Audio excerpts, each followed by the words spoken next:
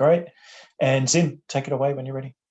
Okay, thanks a lot, Ben. I'd like to begin today by acknowledging the traditional owners of the various lands in which we meet today. For me, that's the Wurundjeri people, and pay my respects to elders past and present. Thank you all for coming along this afternoon to this Polis seminar. My name's Nwokora, for those who don't know me. Today, we're very fortunate to have a top-notch team of presenters, Professor Benjamin Goldsmith of the ANU and Dr. Lars Moen of the University of Vienna. Professor Goldsmith is a leading scholar of international relations. Expertise includes conflict and war, public opinion and nationalism, and is published in many of the preeminent outlets in our discipline. Lars Moen has embarked on a terrific start to his academic career after winning the APS PhD prize and writing papers on really interesting political theory topics that are appearing in really good places. So it's a real pleasure to host both Ben and Lars. And they'll be speaking about a project that is enticingly titled The Personality of a Personality Cult. As is the usual format, we'll have about 30 minutes to hear their presentation, and then we'll open up to Q&As and general discussion. So thank you again, Benjamin and Lars. Over to you. Yeah, thank you very much for that introduction, Tim. So I will try to share some slides with you. Hopefully you can all see that. Yeah. Okay. So yeah. So what we'll talk about today is a study we've done on the personality of American citizens, and particularly whether personality can distinguish the most loyal supporters of former President Donald Trump from other Americans. So these slides are now moving. Yeah. So these Trump supporters, they are often referred to as a personality cult in the mainstream media. So, for example, Liz Cheney, who's a Republican but a Trump critic, refers to Trump's cult of personality, as we see here, and the Washington Post referred to the Trump cult following the storming of the US Capitol in January last year. And yeah, so these are just some of many examples of media reports referring to Trump's personality cult. Some members of a personality cult support their leaders uncritically because of the leader's personality rather than his policies. So if you Google cult of personality, you will find this image of Joseph Stalin portrayed as a great benevolent leader that people can depend on. And Mao Zedong and Adolf Hitler also leaders said to have had a personality cult.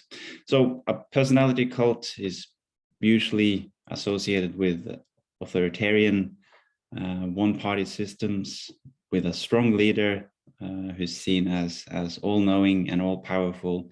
So it's quite remarkable that the American president has so frequently been said to have a personality cult. And much of the literature on personality cults draws on Max Weber's concept of charismatic authority. So the charismatic leader is perceived to have exceptional, perhaps even superhuman qualities. And Sundal also draws on this concept in a recent paper on personality cults, where she distinguishes between three elements of a personality cult. So symbolic elevation, resilience. So resilience in the sense that the support is personality-based and not contingent on political success. And thirdly, there are religious parallels to leader representations and associated practices. So there's little political science literature on the adherence to personality cult. The focus is usually on elites and their motivations for creating personality cults. But a focus on cult members is perhaps particularly important for understanding this phenomenon in democracies, since citizens here to a greater extent can choose to buy into the cult or to reject it. So we did a survey in April last year which was designed to identify the most loyal supporters of Trump. So the people who are said to be members of Trump's personality cult. We wanted to find out whether these people have personality traits that distinguish them from other American citizens. Personality here is understood as dispositions that are more deeply entrenched than values and attitudes, which are the values and attitudes that they're more affected by social influences. Personality is more stable across different social circumstances. In the psychology literature, personality is usually measured along the big 5 personality dimensions, which I will introduce on the next slide. So this measure has been developed over several decades by psychologists who have found it to be a good predictor for social attitudes and behavior, as well as matters like health and work performance. In political science, personality has been less explored, and most of the literature on the impact of personality on political behavior and attitudes is quite recent. But Alan Gerber and colleagues have found personality to be as significant as income and education for predicting political behavior. Okay, so the big 5 personality dimensions, they are agreeableness, conscientiousness, extroversion, neuroticism, and open-mindedness. These dimensions do not capture all there is to personality, but there is consensus in the psychology literature that we can differentiate these 5 personality domains. They have been found to possess substantial internal consistency, stability over time, as well as convergent and discriminant validity against pair ratings. And unlike other personality factors, the big 5 are replicable across multiple studies by independent investigators. The big 5 dimensions are broad, and they summarize a number of specific personality characteristics, and this is why they are referred to as big. Okay, so let's take a quick look at which traits these dimensions have been found to capture. Agreeableness first is associated with affectionate, appreciative, kind, soft-hearted, and sympathetic and warm people. Conscientiousness is associated with being efficient, organized, reliable, and responsible. Extroversion is associated with active, assertive, energetic, outgoing, and talkative people. Neuroticism associated with being anxious, moody, nervous, tense, and worrying. And finally, open-mindedness is associated with curiosity, imaginativeness, intelligence, and having a wide range of interests. So to measure these dimensions, we use the 44 items in Oliver John et al.'s classic Big 5 inventory, so the BFI. These items are statements about the respondents themselves, such as I am a talkative person, which is one of the extroversion items, and I worry a lot, which is an item for neuroticism. The BFI has a high level of internal consistency, and it differentiates clearly between dimensions. It is also relatively short and easy to understand. In our survey, respondents respond to each BFI item on a 5-point scale from strongly agree to strongly disagree. We also measure respondents' social dominance orientation and right-wing authoritarianism. These are considered social attitudes and values rather than personality traits because they are less stable across different social contexts. They have, for example, been found to be reactive to perceived social threats. They've also been shown to be only moderately correlated with the Big 5. So, so social dominance orientation is about a desire to dominate other groups, It is associated with nationalism, ethnic prejudice, and sexism. And our survey includes 16 SDO items. Right-wing authoritarianism is about the relationship between members of the same group. And we have 3 dimensions of RWA: conservatism, traditionalism, and authoritarianism. The survey, our survey, excuse me, includes 6 items on each of these dimensions. We also measure support for former President Trump by asking respondents about the extent to which they agree with statements about Trump during and after his presidency, statements about the storming of the Capitol in January last year, as well as statements about Joe Biden's performance as president. And this part of the survey has 18 items. We employ the same 5-point scale for each of these statements as for those of the big 5: right-wing authoritarianism and social dominance orientation. So, what inclines a person towards a leader's personality cult? Fortunato et al. Take a similarity or a homophily approach when they, so in their study of the personality of Trump supporters in the 2016 primaries. They take their finding to suggest that Trump supporters see themselves in Trump and that they preferred Trump to the other candidates, the other Republican candidates, because his personality was more similar to their own. We take a different approach by basing our hypotheses on assumptions about people in a personality cult. So these are people who seek clarity, direction, and belonging under a leader that they trust and believe to know the right path. So let's now turn to our hypotheses regarding the big 5 first.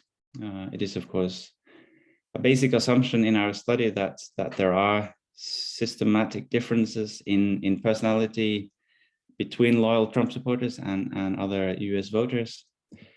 And with respect to the particular personality dimensions, we expect first that Trump supporters get high scores on conscientiousness. This is because members of a personality cult will have a preference for the order, predictability, and direction that the leader can provide. This hypothesis is also supported by Fortunato et al.'s study of Trump supporters, and other studies have found a connection between conscientiousness and social conservatism. We then expect Trump supporters to score highly on extroversion. This is because a leader can satisfy the need for approval and recognition that is associated with extroversion. Again, this hypothesis is in line with findings in earlier studies. And we further hypothesize that Trump supporters will get a low score on open-mindedness. Cult supporters will be close-minded as they want clear answers rather than the complexity of different viewpoints. The relationship between open-mindedness and liberal identity is also well established. We expect the most loyal Trump supporters to have personalities of particularly low agreeableness. Cult members will have sympathy for their leader, but not for anyone who challenges the leader. A low score on altruism, which is associated with agreeableness, has also been found to be the most predictive personality trait for Trump support. We expect to find a high level of neuroticism in Trump supporters, since members of a cult will feel a need for a strong leader to calm their anxiety. This hypothesis is not supported by Fortunato et al.'s study of Trump supporters in the 2016 primary elections. So in that sense, it's perhaps the most controversial of our hypotheses. Okay, so that's the big 5. As for social dominance orientation, we expect Trump supporters to score highly on these attitudes. This would mean they feel superior to other groups and want to keep them out of their society, which is reflected in Trump's promise to build a wall along the Mexican border, and also to keep people from other particular nations out of the United States society. High levels of SDO in Trump supporters have also been found in other studies. The fact that more men than women are Trump supporters, and men overall score higher on SDO than women do, also gives some basis for this hypothesis. And finally, and unsurprisingly, we expect Trump supporters to score highly on right-wing authoritarianism. So RWA is associated with a desire for social order and control, and with negative attitudes towards outgroups perceived to threaten this order. High scores on right-wing authoritarianism have also been found to be correlated with positive attitudes towards Trump. And with that, I will hand over to Ben, who will talk about our findings. Thanks. Great. Thank you very much, Lars. Can everyone hear me and see the screen?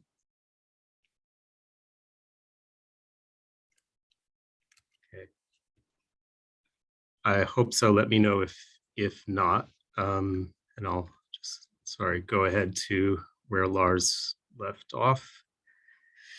So we did a survey in April of 2021 of just over 1,000 Americans, asked questions about, asked questions about Trump after his presidency, the presidential election, the storming of the Capitol, and President Joe Biden's performance. And on all of these questions were generally borrowed from other surveys and used a 5-point Likert scale most often.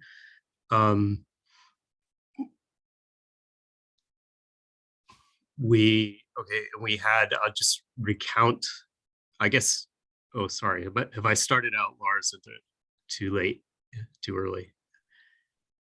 Too early, I think. Yeah, sorry about that. Okay, that's the one. Yeah, data. Okay, yeah. So we could skip to the data.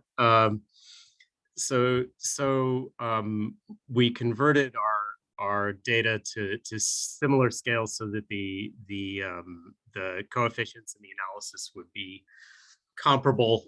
We did the survey on the Lucid platform in the United States with just over 1,000 respondents, as I mentioned. And I think it's important to note here that we did this after Trump was out of power, which speaks to the resilience element of personality cults, and that the affiliation or affinity, loyalty to Trump is not connected to success and the office he holds. So to begin to get into the findings, we asked about party identification, and also we coded, of course, the respondents regarding their loyalty to Trump. And I'll show how we coded the most loyal supporters of Trump in a minute. But you can see there are about 10% of the total sample, overwhelmingly Republicans, but not only Republicans, some independents, and just a few people who identify as Democrats also fell into this category of very strong Trump supporters. In order to be categorized as a member of the Trump cult or as a very strong Trump supporter, all of these responses had to be given. So the respondent had to have voted for Trump, strongly approve of how Trump handled his job, strongly approve of how he handled the coronavirus, say he will go down in history as an outstanding or above average president, say he acted responsibly after the November 2020 election, and that he should continue to lead the Republican Party, and also buy into the argument that Trump often made that he was treated unfairly in the news media. So these are our hypotheses. Just to recount them, I won't repeat them all, but our main or primary analysis just looks at the big five personality characteristics using a simple logistic regression model. And you can see that these are 95% confidence intervals. You can see that openness is negatively associated with this strong loyalty to Trump.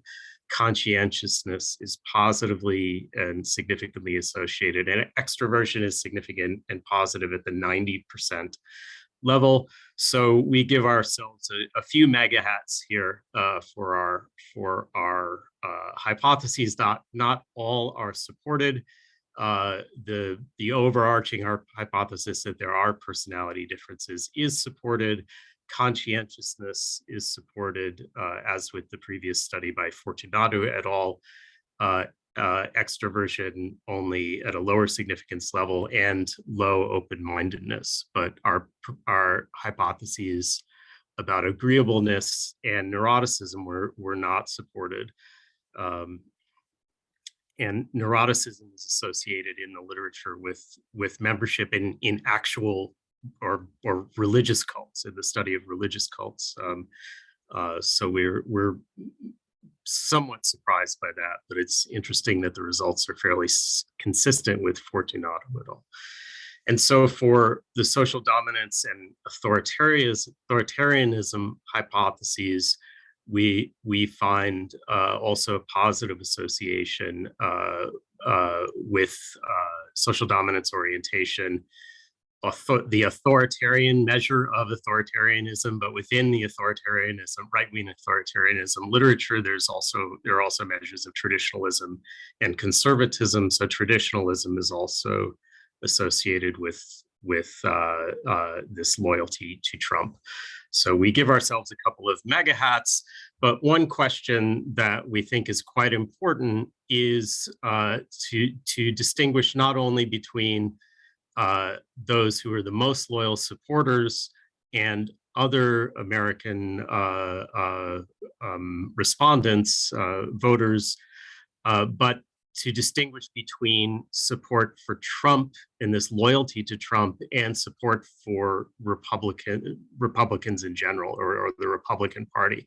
And so when we include our measures of party identification, we see that the personality variable that remains significant is conscientiousness. So openness, low openness is also associated with identifying as Republican. So we can't claim that affinity with Trump and loyalty to Trump is sort of uniquely associated with low openness, but this element of conscientiousness stands out as being associated not with being Republican, but with this loyalty to Trump. And similarly, and I think quite interestingly, conscientiousness, almost at the 95% significance level, is associated with this loyalty to Trump among non-Republican voters. So there's a very small number, but of these non-Republicans who are in the 10% of respondents who professes loyalty to Trump, but conscientiousness is the personality characteristic that distinguishes them as well. Similarly, when we look at authoritarianism and social dominance orientation, it's the traditionalism factor that is most associated with the loyalty to Trump, and not the social dominance orientation or authoritarianism. And this is also true among the non-Republican voters. So we think we have two fairly consistent results here.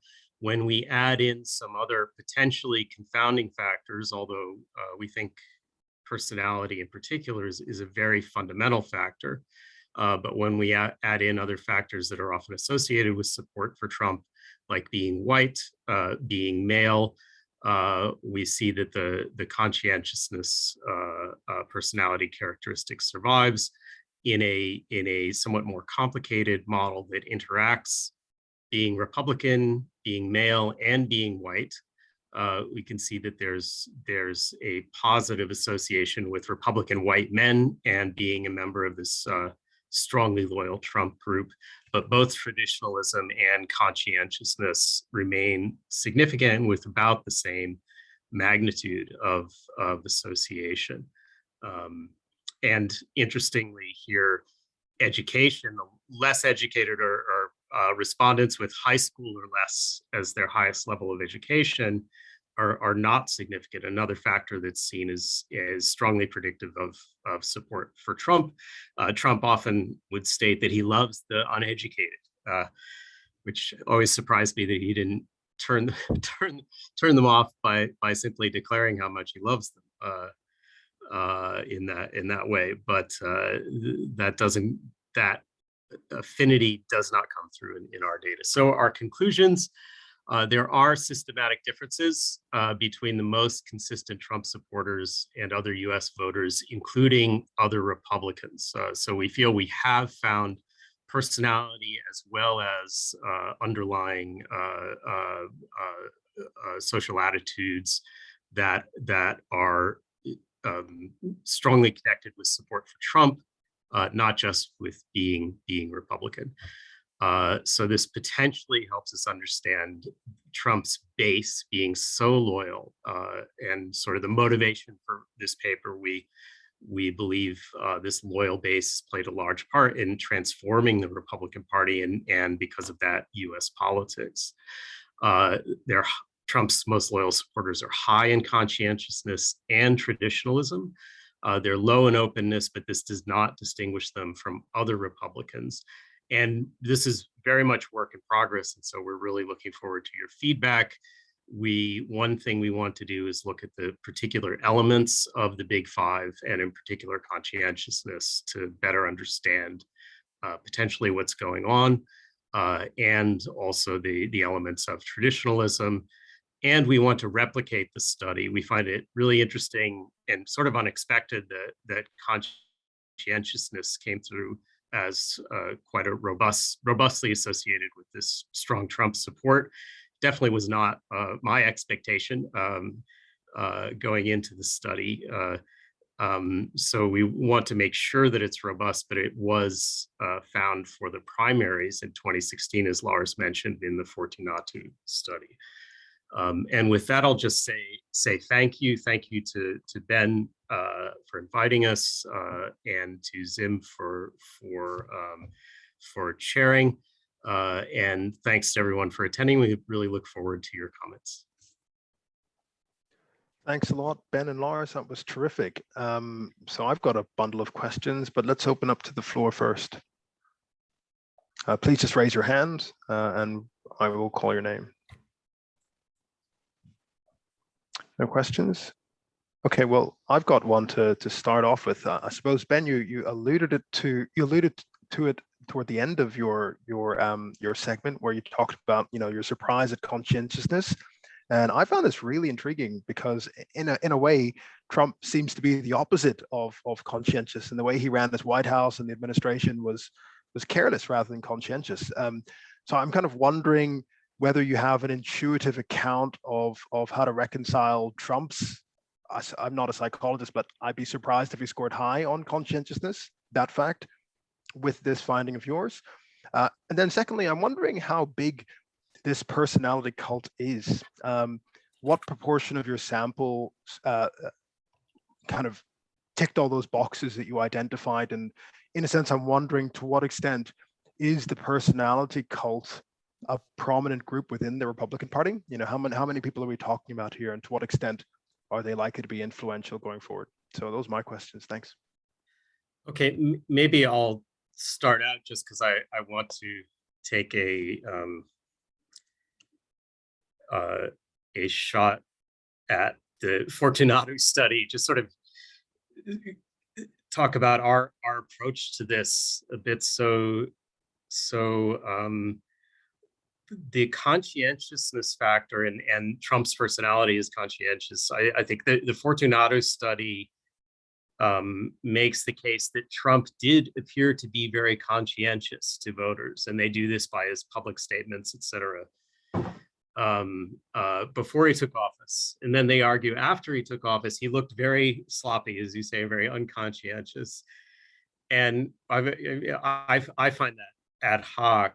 And so that's why, I mean, we don't take this homophily or similar personality approach. We take the personality cult literature and argument more seriously, I think, and think about what kinds of personalities would be attracted to this kind of a leader, thinking that this kind of leadership is unusual for a democracy. So we, in the paper, not in the presentation, we talked about Trump's statement that I alone can fix it. Is kind of really setting him up as a savior-like figure, which is part of the personality cult literature. Our I wouldn't have expected conscientiousness to be high, to be the result we found, but it's that's the result that we found, and we are, one of the reasons why we'd like to do a follow-up study is that now we're able to theorize more about that.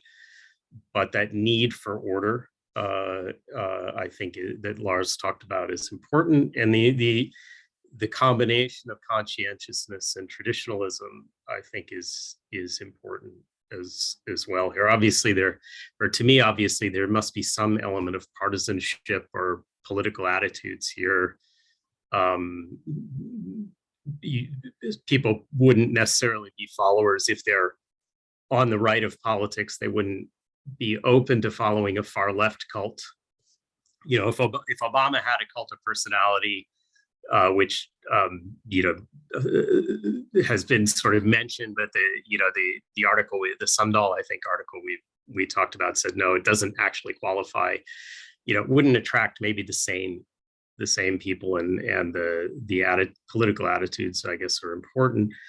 And then just to answer your second question, it's about 10% of the total sample that we have. We have somewhat of a convenience sample. It's definitely not a strong representative sample of the U.S. population, but we did have quotas, and we do have a reasonable distribution of men and women in age groups and other groups. I think on ethnicity as well, we did it, but largely Republicans. So this is a third of Republicans who tick all those boxes for being strong Trump supporters, but 10% of the total sample. Thank you. Further questions?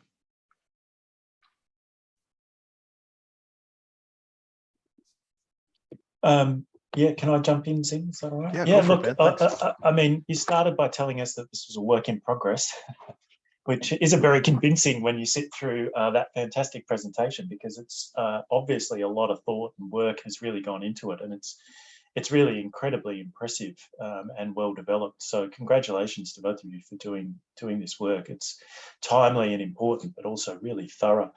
I guess the question that I had, and you sort of alluded to this a couple of times, is that, I mean, firstly, obviously America's a democracy. It's a fairly troubled democracy, one might say, at the moment, but it does have a strong tradition of sort of democratic principles and so on. And I wonder how you interpret this movement, whether or not you see it as historically a bit of a shift away from that and part of a larger package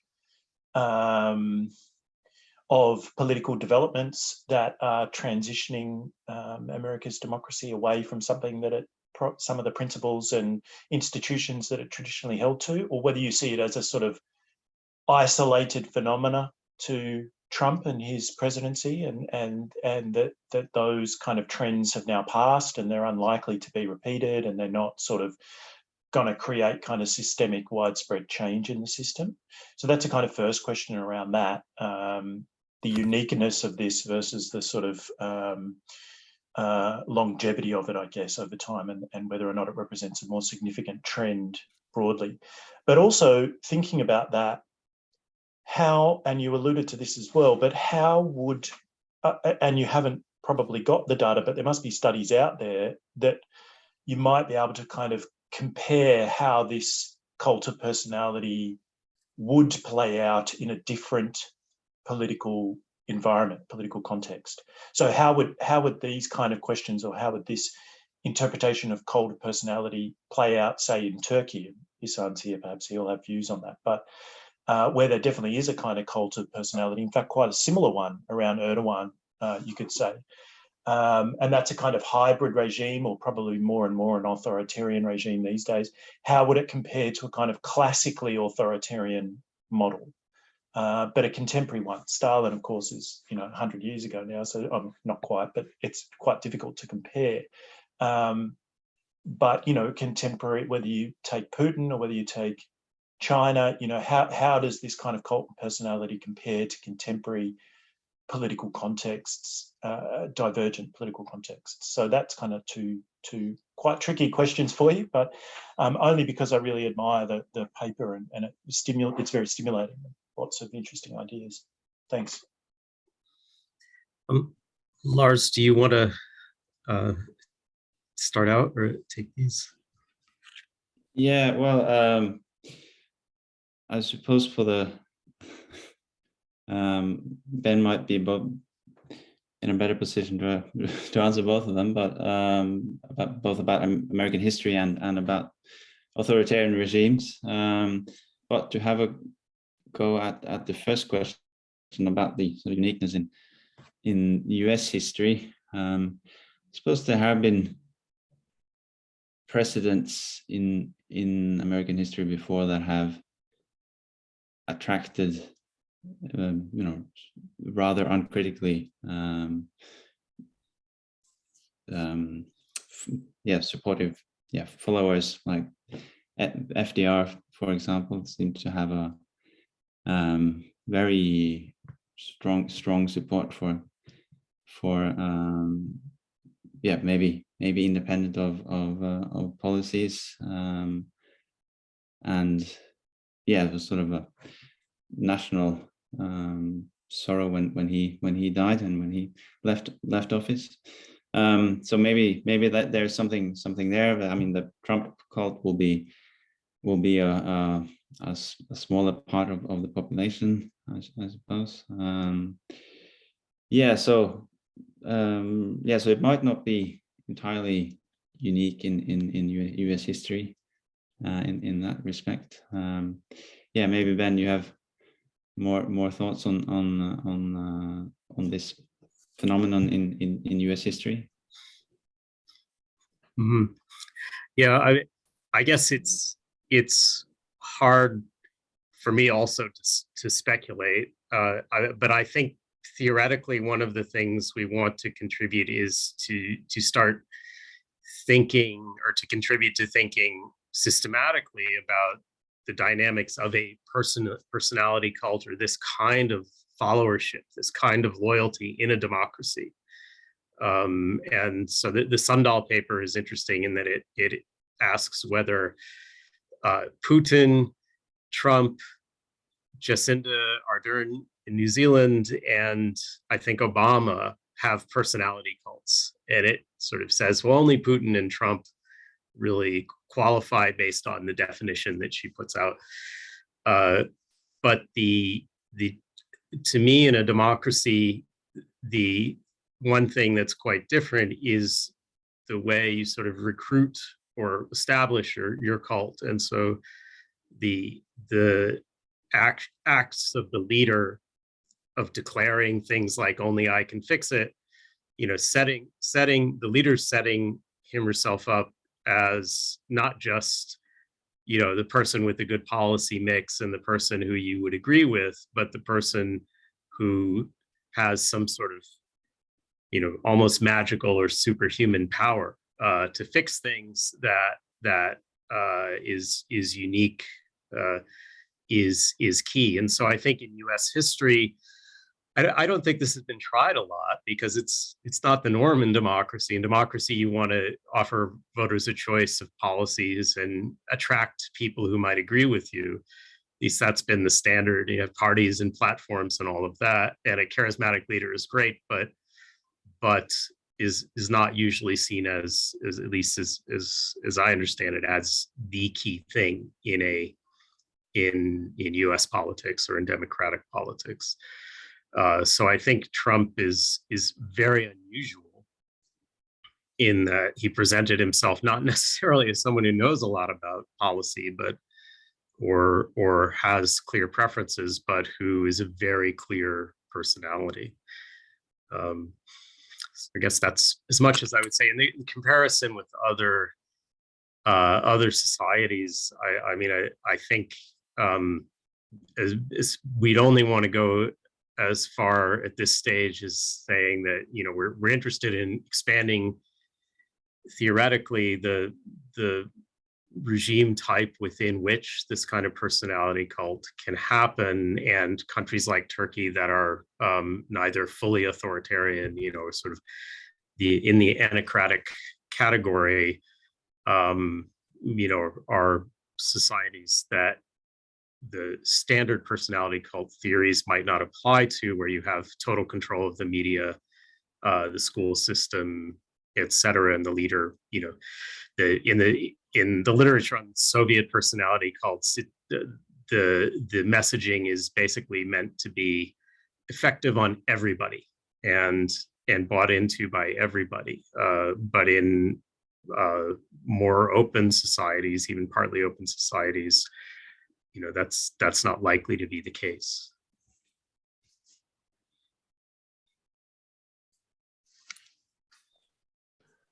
Thanks a lot for the question, Ben, and Lars and Ben for those excellent answers. Brad, over to you. Oh, thanks for that. That was very intriguing. I'm just wondering if you looked at the data to examine outliers as far as whether there are people with personalities opposite to your normal Trump loyalists, and whether there are many of those or not, and what other factors might explain why people with different personalities might have voted for Trump. Yeah, I'll maybe take that because it's just I think a data focused question. Unfortunately, we haven't done that. We haven't looked at individual respondents very much. We have done a bit to see if there are sort of mirror image elements. There's sort of a mirror image pattern of support for Biden or strong support for Biden. But I think that's problematic because, of course, it's a binary choice, either Biden or Trump on the one hand. So, it would actually, in a very simple sense, it would actually be a mirror image. But also I think the proper context for that would be an election where you had, some different candidate on the left who also presented him or herself as as a personalized leader in the same way. So we haven't really done more than evaluate the overall hypotheses. Thanks a lot, Ben. Thanks. Hope that addresses Brad's question. Have we got any other questions from the floor? Isan, you've been mentioned a few times, so I'm kind of looking toward your box. do you have any? I know you've written extensively in this area. Do you have any comments you want to share with no, Ben and Lars? Thank you for the great research. I look forward to reading it soon. Thanks very much. Okay, we've got a hand from Josh Roos, and then Piero. Yeah, hello. Apologies for being about 15 minutes late. Really enjoyed what I did here. Just a couple of, one sort of a rhetorical question. I doubt you have, but I'm wondering if you've looked at the sociology of new religious movements literature, which is very much about cults and their formation. I just thought that might be of interesting background to the approach you're taking. And in particular, some of the theories involved in that space around power, around people, what leaders are seeking as opposed to what their followers are seeking. So that might be worth looking at. The other component is I did field work myself on Trump and on Brexit. Brexit in Birmingham with white working class guys, but also in northern Pennsylvania in a town called Hazleton, which is a really interesting case. And I suppose what I saw there didn't so much fit with a lot of what I'm seeing here in terms of the data. And what I saw was this quite an old working class town, what you could call the Rust Belt, high up in the Appalachian Mountains. There'd been a lot of new, the big firms, Amazon, Cargill, meat manufacturing, and others move in. There was high migration in one particular area from the Dominican Republic. And Lou Barletta, who was actually called Trump before Trump by one of the respondents, had already sought to evoke this sort of a populist nationalism in the town. And speaking to a lot of these working class blue collar men who previously voted Democrat, it was strong support for Trump, beyond what, say, the average Trump voter might even have exhibited. But they were, I suppose, very much quite, informed, economically informed about the free trade agreements, particularly educated about workers' rights, and yet they were really avowedly Trump and rejecting what they saw as the liberal elite that the Democratic Party had become. So I'm wondering if, to what extent you could reconcile what I was seeing there with your broader data set.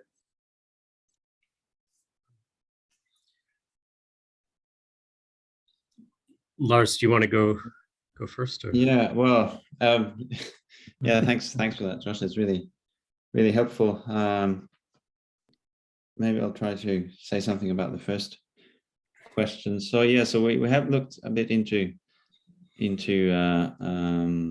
sociology literature and religious cults. So yeah, one really interesting thing is that there are these similarities that we're also mentioning with respect to the recent Sundahl paper, that there are these religious parallels to, seeing the leader as this superhuman figure and symbolic representations that do resemble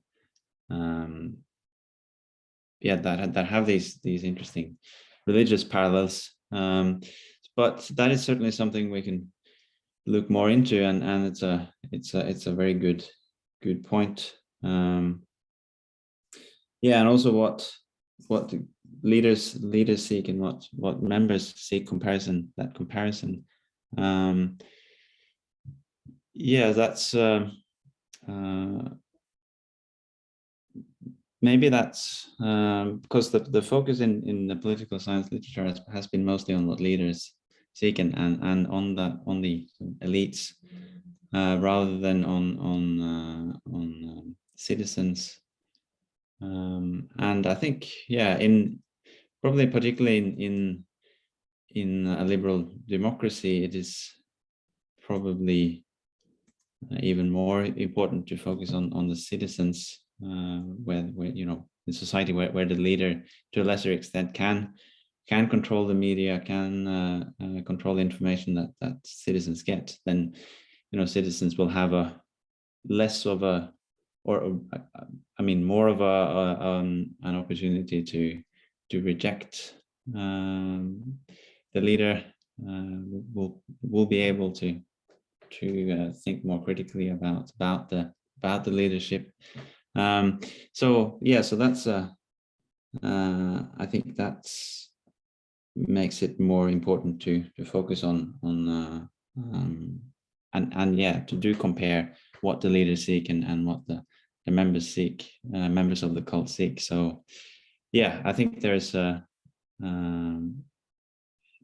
yeah, for that reason it's important. If this phenomenon is also a phenomenon in a liberal democracy, then I think focusing on what, not just what on what the elites seek, but also on what citizens seek is becoming more important. Thank you, and thank you, Josh, for the question. Pierre, your question. Thank you. Thank you for the presentation. My question is really, my interest is really trying to understand how a cult of personalities developed and how they came about, mainly to try to prevent it, for those who don't like that kind of stuff. So I was just wondering whether you had done some research, because you got your criteria, you got your questions, you got your criteria, it gives you some answers in terms of who are these people, what do they believe in, what do they think, but where did it all come from? Because the way these people that support Trump are thinking may be happening, it's something that's going on for 10, 15, 20, 30 years, 40 years, like a response, for instance, towards elitism or to political cronyism. Or, for instance, the religious conservatives were the ones that supported, one of the key figures supporting the President Bush Senior, which was organised by his son. So, have you done some work on that? So at least we can understand a little bit more what the causes may be that leads to this kind of situation. I mean, in economic insecurity, I've got here. Is it the media? Was it Trump that promoted the personality cult? Was it the people around him, the few organisers around him? Was it the media, both the media supporting Trump and the media not supporting Trump, ridiculing him all the time? So I mean, that's the reason listening to your presentation today was for me to sort of try to understand more the causes of it, more than just as much as what the people think today. That's my. Have you done some work on that, or will you be doing some work, or will you try to go one step back, sort of thing, to find out why they think like that? What are the root causes of this, so we can understand it a little bit better? Thank you. Thanks very much for the question. Maybe I'll start out at least. I mean, I think it's important for your question and also the previous question. I think it's important to note that we're really focused on only the most loyal adherents. And it's too bad Paul Kenny has left, but I think that there's the wider populist literature on populism that's cross-national and focuses on many of the factors you're focusing on, where elites are vilified, and a leader who simply targets elites and the establishment due to economic dislocation, or a new news media landscape and other factors rise up in Western democracies. So I think there's a lot that we haven't engaged with yet, even in this paper, in the elite, in the populism literature that we will still need to, but we haven't specifically looked at the root causes beyond theorizing that for a personality cult to arise, you need to have a leader that presents him or herself in that way, which is fairly unique or unusual for democratic politics. So it could be just pure speculation, but it could be that financial crises, greater inequality, the common things that are cited, the lack of a centralized narrative in the news media, given the proliferation or fractionalization of news media, have all contributed to this environment where a cult-like leader can arise. Lars, I don't know if you have more to add. No, that sounds good to me. Yeah. So yeah, not really. Thanks, Ben. Thanks, Lars. Thank you. There's some, and thanks, Pierre, for the question. There's kind of a follow-up question that's kind of lingering in the chat. Stephen Loams has asked about several populist themes, and in a sense, we're talking about populism now. Just drawing some of the strands of his questions together, I think there's an interesting potential question about whether there's some correlation between, if you like, the forgotten people, the embodiment of populism, and the strong supporters of your Trump cult. I mean, I know you haven't done the work, but what would your hypothesis or conjecture be in respect of those two populations?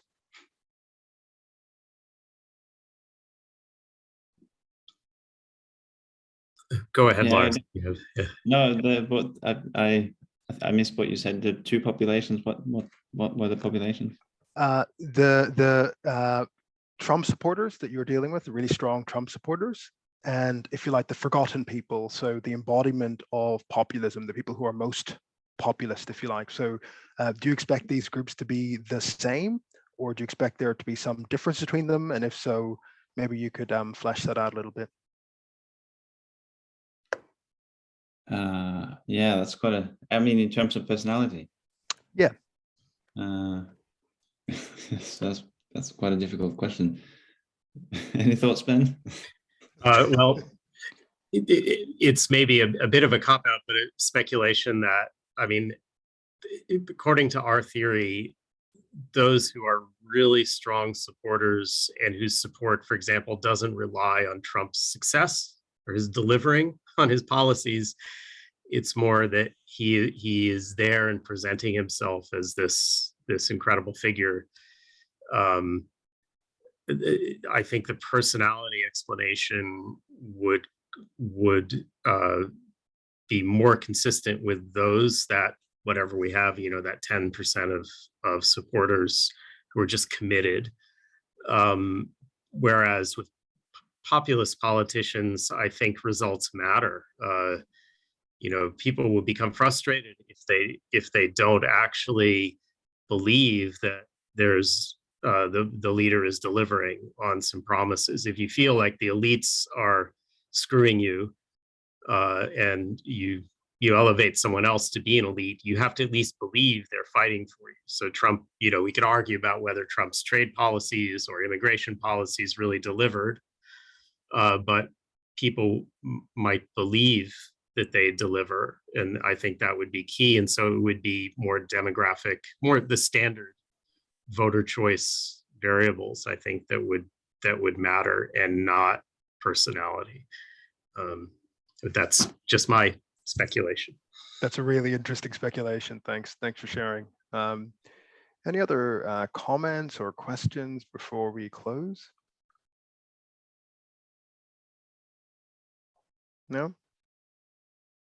Okay, well, I think we can conclude then. I want to thank Ben and Lars for a really excellent presentation and their really thought-provoking answers to questions and comments. Thank you for joining us, and thanks to all of you in the audience for coming along today. I hope you all have a really good Friday afternoon. Ben, do you want to end, or should we stop there? No, thank you, everyone, and yeah, have a great weekend. Thank you, Ben and Lars. Thank you, Zim. And sorry we grilled you with some pretty hard speculative questions, but it's only because it was so interesting and really stimulating. So well done. Yeah, absolutely. Thanks. I think we're all keen to read the full paper now. And best of luck with the further work you're doing on the project. It's terrific. Terrific. Thank you very much. Thanks again for the invitation. And if you could send the chat along, I think there are a lot of really interesting comments in the chat, not all of which we maybe saw. So that would be great if you could capture that somehow. Sure, I will look into that and I'll see what I can do. No problem. Thanks, everyone.